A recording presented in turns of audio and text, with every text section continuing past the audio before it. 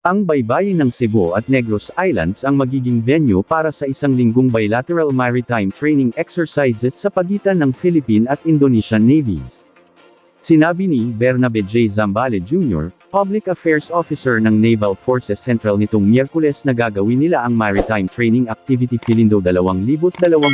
sa ika-24 ng Setyembre hanggang 30 sa karagatan ng lungsod na ito hanggang sa timog kanluran ng lalawigan ng Negros Oriental. Ang MTA Philindo 2023 ay isang taunang Navy-to-Navy exercise sa pagitan ng Philippine Navy at Indonesian Navy, isinasagawa sa iba't ibang naval operating forces sa Pilipinas, na susuklian ng parehong kaganapan sa Indonesia, sabi ni Zambale. Inaasahang mapapahusay ng aktibidad ang interoperability sa pagitan ng dalawang hukbong dagat at palakasin ang kamalayan sa sitwasyon at pagtutulungan sa isa't isa, dahil kasangkot dito ang pagsasanay sa nabigasyon at pagpapatakbo at pagbuo ng pinagsamang mga doktrina, kasanayan, at taktika ng pandagat.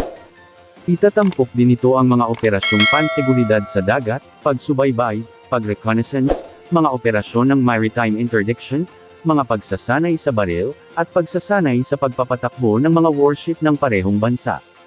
Magkakaroon din ng subject matter expert exchange na lalahukan ng mga tauhan ng dalawang barkong pandigma, isang landing craft, at isang patrol craft ng Philippine Navy at dalawang barkong pandigma mula sa Indonesian Navy, sabi ni Zambale, at idinagdag na tinitingnan din nila ang posibilidad ng kabilang ang mga naval reservists sa familiarization boarding tour sa alinman sa mga barkong pandagat ng Indian.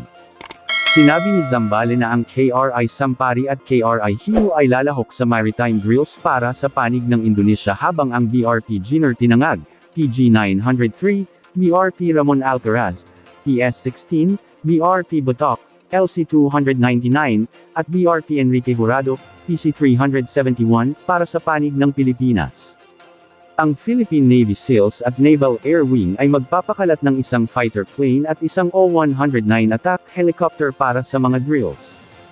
Anya, ang mga kalahok na mandaragat at kanilang mga barkong pandigma ay magtatagpo sa Captain Veloso Pier sa kahabaan ng Naval Base Rafael Ramos sa Lapu-Lapu City sa ika-24 ng Setyembre at sisimulan ang mga drills sa karagatan ng Cebu at hanggang sa timog kanlurang dulo ng Negros Island sa susunod na araw. Ang seremonya ng pagsasara at ang pagpapadala ng mga kalahok na barko ay gaganapin sa ika-29 ng Setyembre at 30 sa Naval Base Rafael Ramos. Ayon pa niya magagamit ang pagsasanay na ito upang maprotektahan ang ating teritoryo sa pagsakop ng China.